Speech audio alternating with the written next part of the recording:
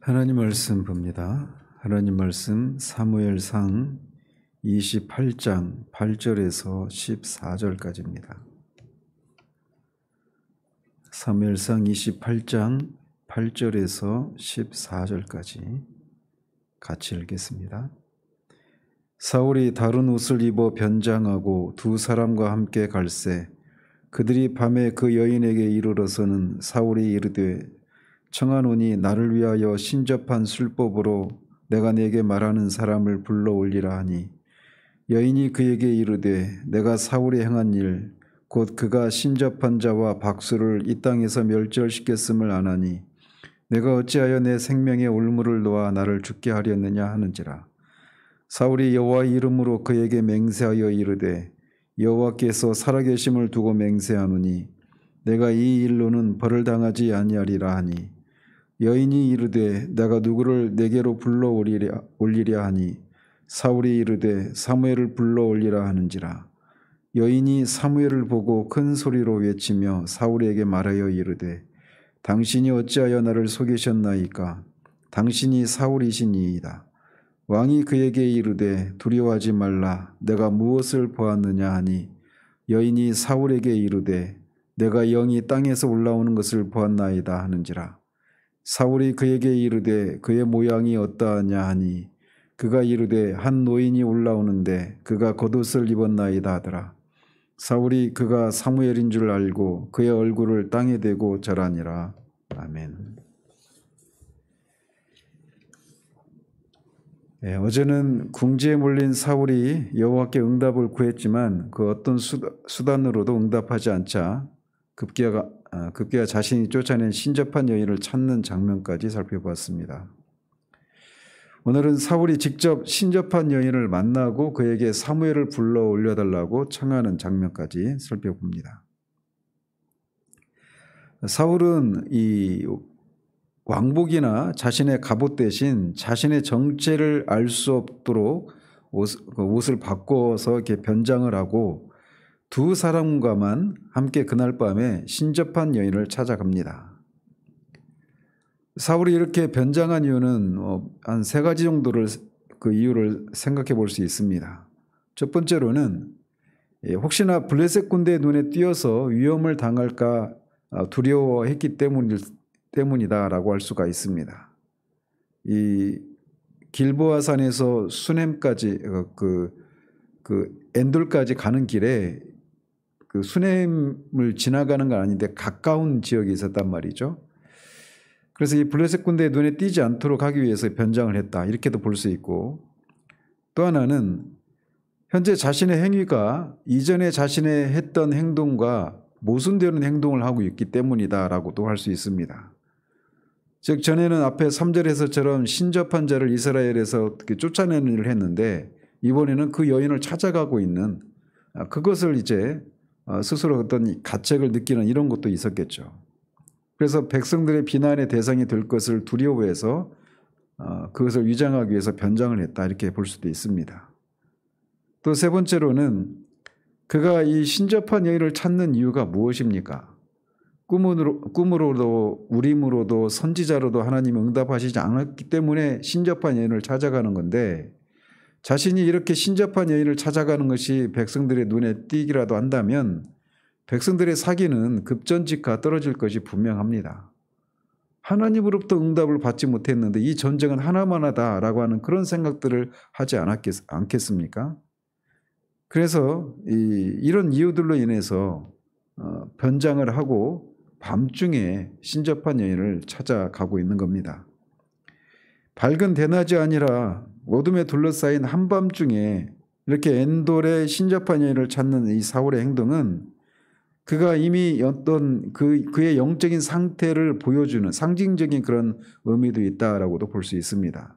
마치 가룟 유다가 주님을 팔기 위해서 나갈 때 유다가 나가니 밤이러라 이렇게 말하고 있는 것처럼 사울의 그런 영적인 어두움과 자기 자신의 행동에 대해서 스스로 죄책감을 느끼고 있는 그런 사울의 모습을 밤에 신접한 여인을 찾아갔다라고 하는 것을 통해 상징적으로 비유적으로 말하고 있다라고도 볼 수 있습니다. 사울은 이렇게 신접한 여인에게 찾아가서 그 여인에게 청하기를 나를 위해서 신접한 술법으로 자신이 말하는 사람을 불러 올려달라고 청을 합니다. 사울은 신접한 여인에게 명령을 내리지 않고 간청하고 있는 겁니다. 왜냐하면 자신이 왕이라고 하는 그 사실을 숨겨야만 했기 때문이겠죠.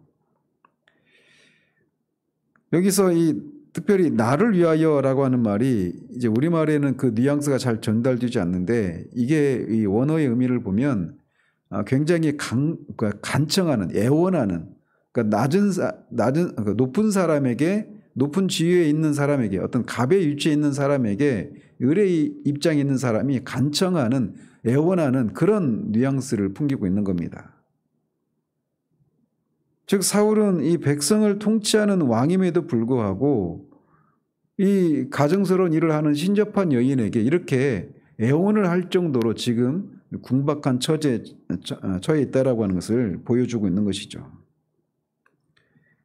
여기 특별히 이제 신접한 술법으로 이렇게 불러달라라고 말하고 있는 것은 어떤 그 영매들이 악한 영에 사로잡혀서 일종의 엑스터시 상태에서 악한 영과 접촉하는 어떤 이교적인 그런 술법을 가리킵니다. 그래서 늘 그 에베소서 강의에서도 말씀드렸지만 악한 영을 이렇게 불러오거나 악한 영과 이렇게 접신을 하는 이런 것을 통해서 이런 것을 할 때 항상 공통적인 특징이 있는데 그게 뭐냐면 수동적이라는 겁니다. 즉 한마디로 생각을 비우는 거예요. 그래서 생각을 비우고 그 스스로 우리가 어떤 생각을 하는 것이 아니라 그런 악한 영이 우리의 생각을 이렇게 좌우하도록 자신을 이렇게 내어줘 버리는 겁니다. 자신의 삶의 통제권을 말이죠.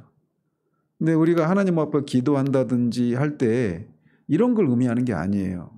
그래서 종종 기도하다가 귀신이 들리는 경우들도 있는데 그 중에 하나가 뭐냐면 수동성. 그러니까 하나님의 음성을 듣는다, 하나님을 만난다, 어떤 이런 것들을 잘못 적용하는 경우에 우리가 그렇게 어떤 귀신이 그런 우리를 이렇게 사로잡는 그런 경우들도 있을 수 있다라고 하는 것을 우리가 주의할 필요가 있습니다. 어쨌든 사울은 어떻게 해서든지 이 전쟁에 대한 하나님의 뜻을 알기 위해서 지금 이렇게 이 비천한 여인을, 가증스러운 일을 하는 비천한 여인을 찾아와 가지고 왕이 그 여인에게 막 애걸복걸하듯이 그렇게 청을 하고 있는 겁니다. 그러자 그 청을 받은 이 여인이 우리말 성경에는 이렇게 번역을 생략했는데 보라라고 하면서 시작을 합니다. 보라, 네가 사울이 신접한 자와 박수를 이 땅에서 쫓아낸 일을 알 텐데 왜 자신에게 올무를 놓아서 생명 올무를 놓아서 자신을 죽게 하려고 하느냐라고 그렇게 항변을 합니다. 아마도 이 여인은 이 한밤중에 찾아온 이 사울을 자신을 죽이기 위해서 왕으로부터 파견된 그런 사람이 아닐까라고 하는 그런 두려움을 가지고 이렇게 소스라치게 놀라면서 그렇게 항변을 하고 있는 겁니다. 신접한 여인이 이렇게 생명의 위협을 느끼며 불안해하자 사울이 그녀를 안심시키기 위해서 원어에 보면 그 여자의 말이 끝나자마자 그렇게 여호와께서 살아계심을 두고 맹세하노니 라고 말하면서 이 일로는 네가 죽지 않을 것이다 이렇게 답변을 합니다. 참 이게 얼마나 이 아이러니한 상황입니까?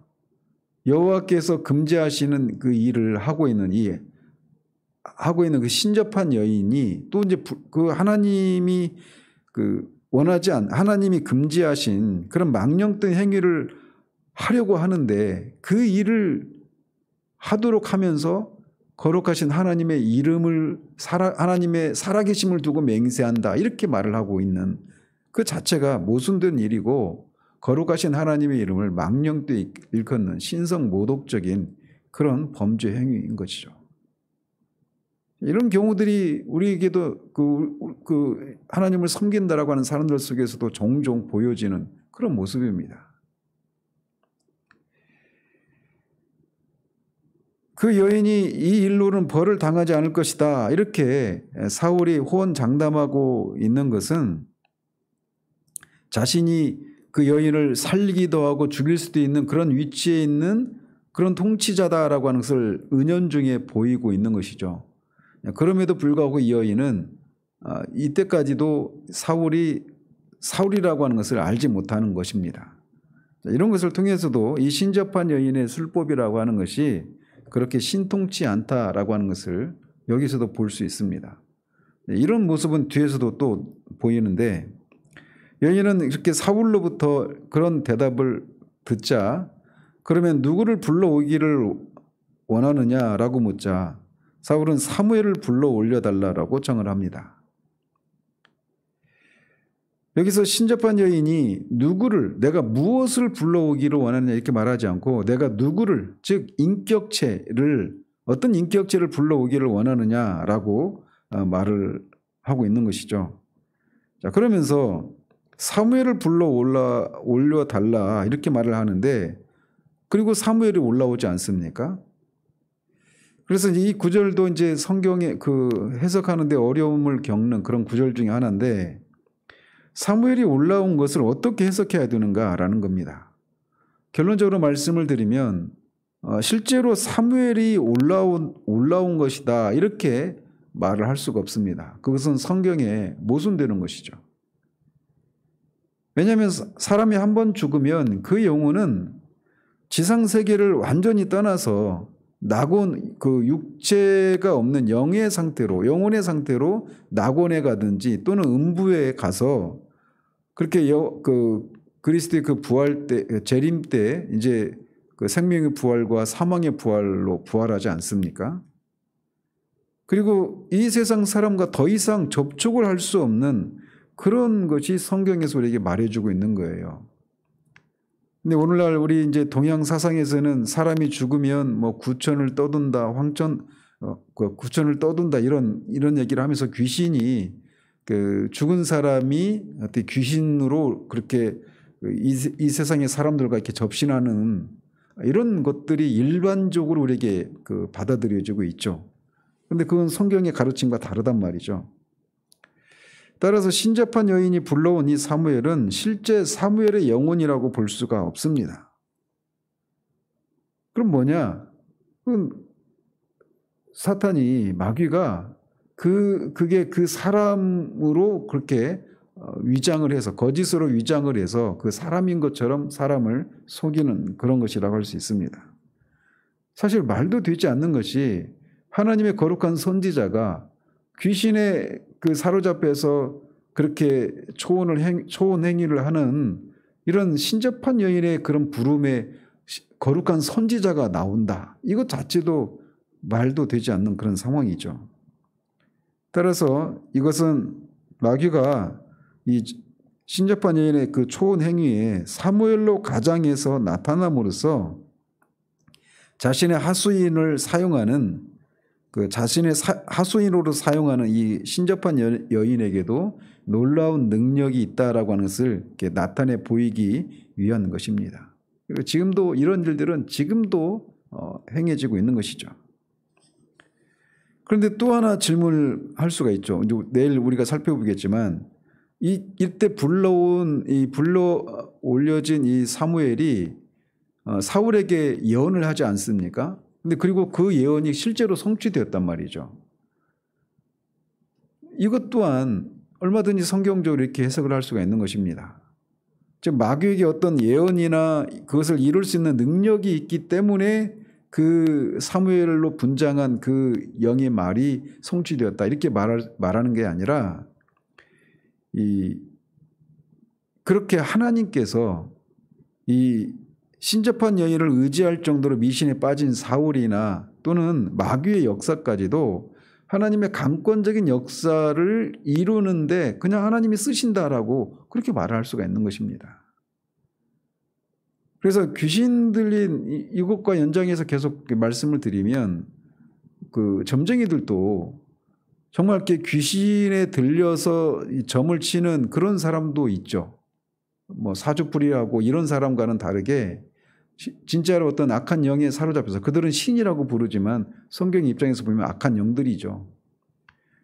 그들이 말하는 것들이 귀신같이 맞히죠. 실제로. 그런 것들도 그런 것을 통해서 하나님께서 강권적으로 그들을 그렇게 내버려 두시고 그렇게 사용하시는 것입니다.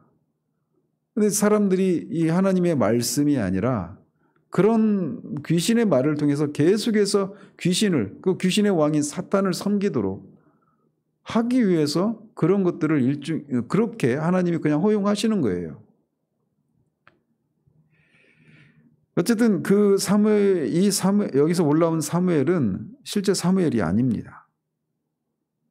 그런데 이제 우리말 성경에는 그 사무엘이 그 어떤 영이 올라온 상황에 대해서 정확하게 묘사가 안 되고 있는데 원문을 보면 신접한 여인이 그렇게 사무엘의 영을 불러오기도 전에 사울이 그렇게 사무엘을 불러 올려달라 이렇게 요청하자마자 사무엘의 영혼이 올라온 것으로 묘사되어 있습니다.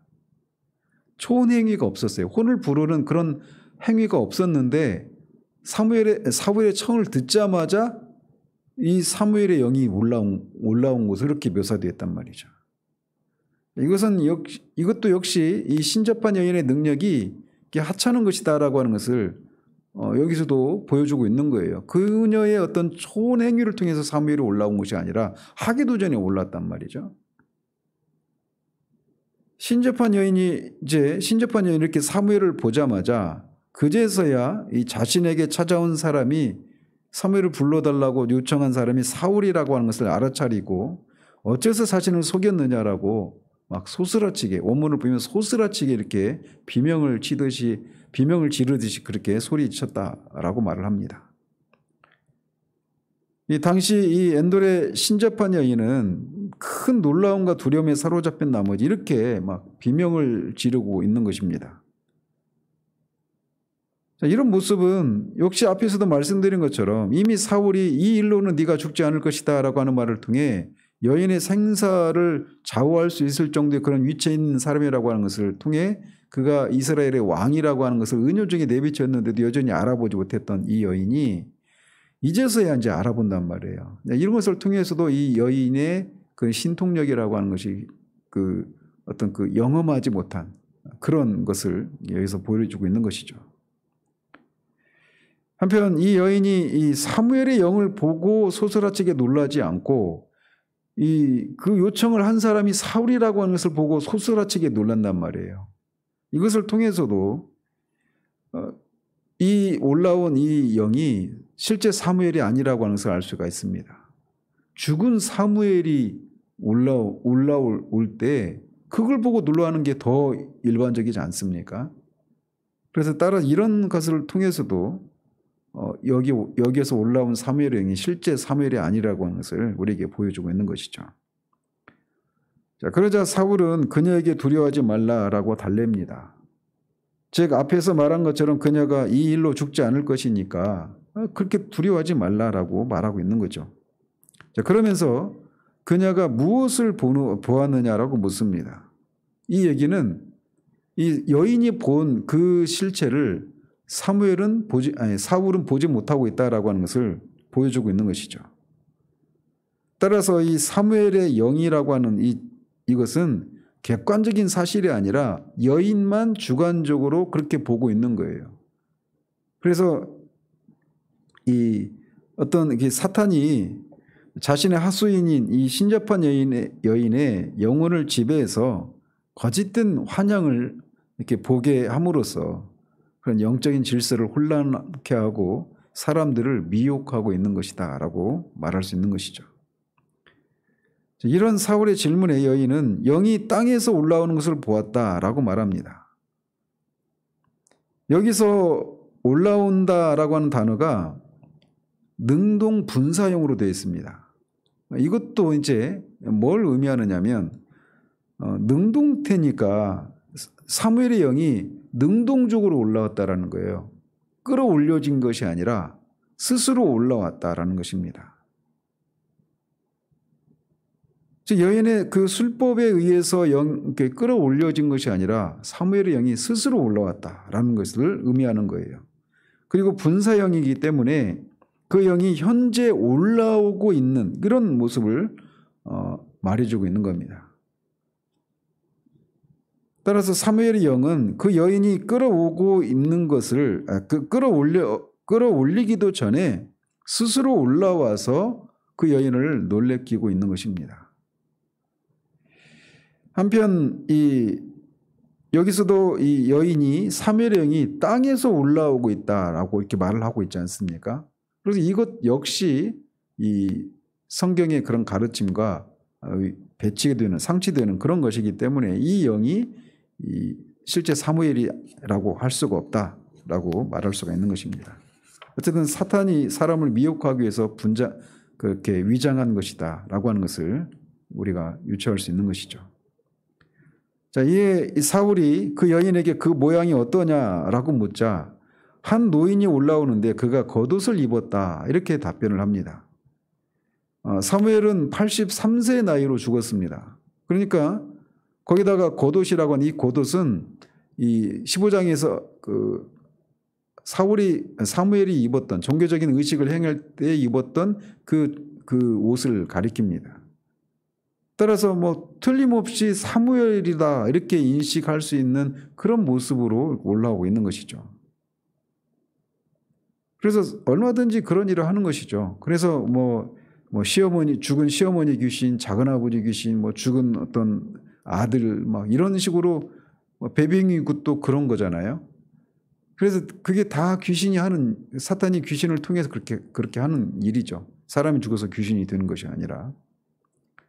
자, 이런 여인의 답변에 사울은 그 실제가 사무엘이라고 하는 것을 인식을 합니다. 그리고 사무엘이다라고 인정을 하고 그의 얼굴을 땅에 대고 절을 합니다. 실제 사울의 눈에는 그게 보이지 않아요. 그런데 여인만 보고 있는데 그게 사무엘이다라고 하는 것을 이제 사울이 인정을 하고 이렇게 땅에 엎드리는 겁니다. 이것은 이제 중의적인 의미가 있습니다. 사울이 거짓 영조차 구별하지 못하고 그 거짓 영에게 최대 경의를 표하고 있는 이런 모습을 보여주고 있는 거예요. 또 하나는 이 왕의 권위가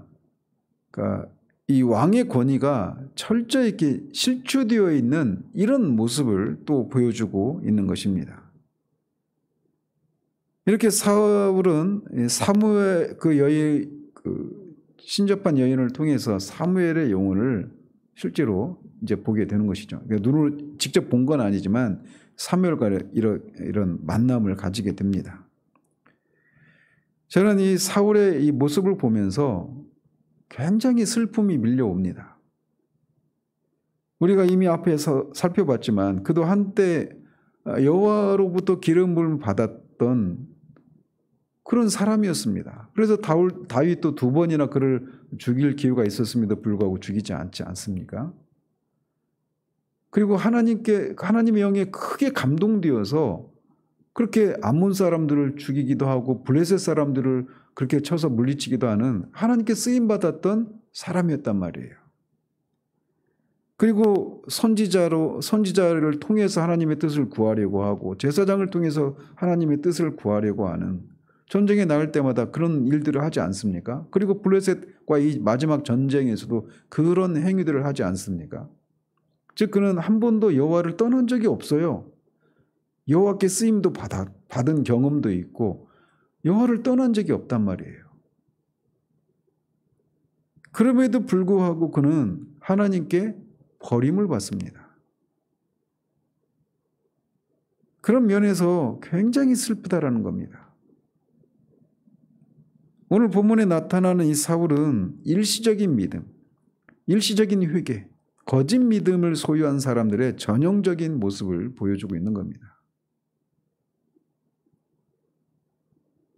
히브리서 기자가 말하고 있는 것처럼 한번 빛을 받고 하늘의 은사를 맛보고 성령에 참여한 바 되고 하나님의 선한 말씀과 내세의 능력을 맛보고도 타락한 자들 이렇게 묘사하고 있는 그 사람의 전형적인 모습이에요. 그러므로 우리가 그리스도에게 속해 있는지 진지하게 돌아봐야 합니다. 많은 사람들이 그리스도에게 속하지 않았음에도 불구하고 스스로 기만당해서 돌이킬 기회를 잡지 못한 채 영원한 형벌을 받게 되는 그런 일들이 비일비재하게 일어납니다. 마태복음 7장에서 우리 주님은 그런 사람들이 많다라고 말씀하셔요. 얼마나 두려운 일입니까? 어제도 한 지체 가정에 이렇게 신방을 하고 돌아오면서 그런 얘기들도 이제 신방 가운데서 그런 얘기를 했는데 저 자신도 그런 사람이었고 말이죠.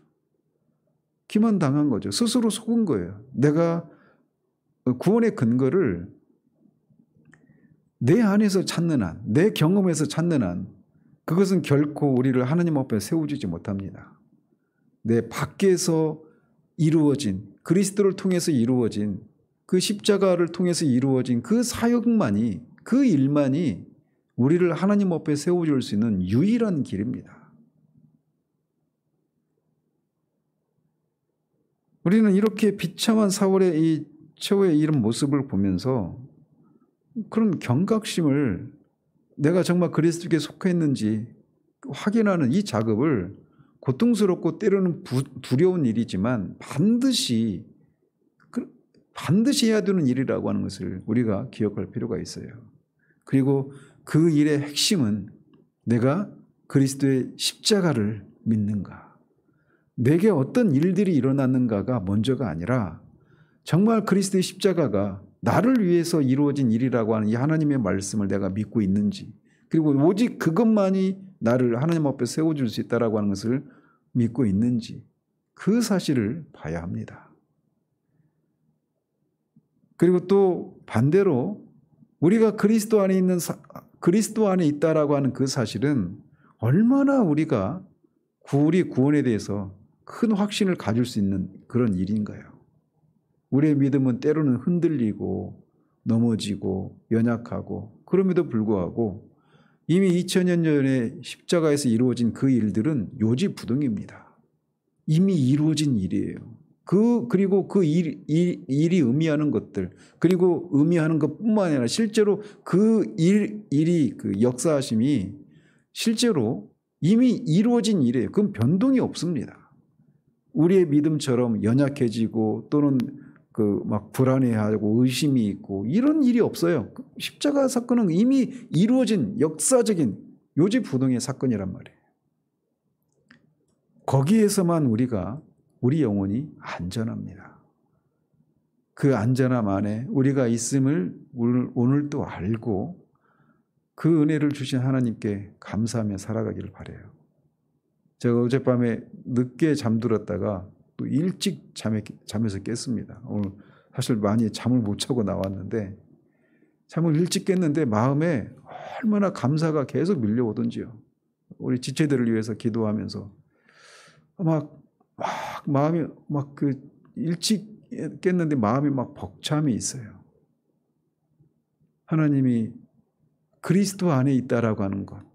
그리고 그리스도 안에 있는 우리 지체들을 막 생각하면서 너무 마음에 그런 감사가 막 밀려오더라고요. 이 새벽에. 그리스도 안에 있다라고 하는 것. 우리가 어떤 혈통적으로나 어떤 인간적인 관계 이런 것들은 전혀 관계가 없는, 본 적도 없는 사람들이 우리가 만난 것 아니겠습니까? 근데 그리스도 안에 있다라고 하는 그 사실 하나로 정말 막 언제부터 오래전부터 알았던 사람처럼 그렇게 그런 반가움과 그런 기쁨과 그런 사랑스러움이 제 안에 막 우리 권사님들 향한 막 그런 사랑스러운 집사님들 향해서 주책일지 모르겠는데 아마 막 제 안에 막 사랑이 막 흘러가요. 아침에. 그리스도 안에 있다라고 하는 것에 그 영광스러움과 그 기쁨과 감사함이 이 사울의 모습과 정반대로 그 반대의 위치에 있는 우리들에게 베풀어진, 우리 안에서 일어나는 일들이 얼마나 놀라운가. 이런 생각들을 하면서 막 제 마음에 벅참이 있었습니다. 근데 우리 안에서 일어난 일들을 얘기하려고 하면 어제도 11시 반까지 있었거든요. 신방 갔다가 한 3시간 반 넘게 신방을 했는데 나를 세도 충분하지 않죠. 우리 안에서 일어난 일들을 얘기하는데. 그런데 우리 안에서 일어난 일들이 가능한 것은 우리 밖에서 십자가에서 이루어진 그 일 때문에 우리 안에 일어난 일들이 가능한 거란 말이에요. 우리 안에서 일어난 일들을 얘기하기도 막 정말 몇 날이 필요하고 그런 감사와 벅참이 있는데, 그것이 가능하게 했던 우리 밖에서 이루어진 그 그리스도의 십자가 사건을 얘기하는 것은 얼마나 많은 시간이 필요하고 얼마나 많은 감동과 얼마나 많은 벅참이 있겠습니까? 아침에 제가 시간이 길어졌는데 정말 이 하루 정말 우리 안에서 우리에게 베풀어 주신 그 일뿐만 아니라 우리 안에서 일어난 일들이 가능하게 했던 우리 밖에서 일어난 그 그리스도의 십자가 사건이 그 의미들을 우리가 깊이 묵상하면서 그것이 우리의 것이 되게 하신 하나님의 은혜에 감사하고 그 감사가 충만한, 그래서 우리의 삶이 살아있다라고 하는 것을 누리며 살아가는 이 한날 되어지기를 바랍니다. 기도하겠습니다. 하나님 아버지, 사울이 한때 여호와의 부르심을 받고 기름 부음을 받아 하나님께 쓰임을 받았던 사울이었고, 외적으로는 한 번도 하나님을 떠난 적이 없었던 사람이었음을 우리가 압니다. 이 신접한 여인을 통해서 사무엘의 영을 불러오는 이 장면, 이 순간까지도, 바로 직전에까지도 그는 제사장을 통해서, 선지자를 통해서 그렇게 여호와 하나님의 뜻을 물었던 그런 사람이었습니다. 그러나 그는 여호와께 속한 사람이 아니었음을 보게 됩니다. 이 두려운 사실 앞에 우리가 정말 그리스도에게 속한 사람인지 아닌지를 진지하게 돌아보는 그런 우리들 되기를 바랍니다. 우리가 그리스도에게 속했는지 아닌지는 우리 안에서 내가 어떤 것들을 경험하고 이것 어떤 변화가 일어났는지가 먼저가 아니라 우리 밖에서 그리스도께서 십자가에서 이루신 일들이 무엇인가를 아는 것, 오직 그 십자가를 바라보는 것, 그 십자가를 붙드는 것, 그것을 통해서만 내가 그리스도께 속해 있는지 안 했는지를 알 수 있음을 우리가 알고 그 십자가만을 붙들고 십자가만을 자랑하는 그런 우리들 될 수 있도록 도우시옵소서. 우리 안에서 일어난 일들이 가능하게 만든 우리 밖에서 이루어진 그 십자가를 우리가 이 하루도 깊이 묵상하며 그 은혜를 베푸신 하나님의 사랑에 우리가 감사하며 하나님이 그리스도를 통해서 우리에게 주시고자 하신 그 만찬을 우리가 맛있게 잘 먹고 하나님을 섬기며 하나님 안에서 기쁨을 누리는 이 한날 되어지기를 소원하옵고 우리 주 예수 그리스도 이름으로 기도합니다. 아멘.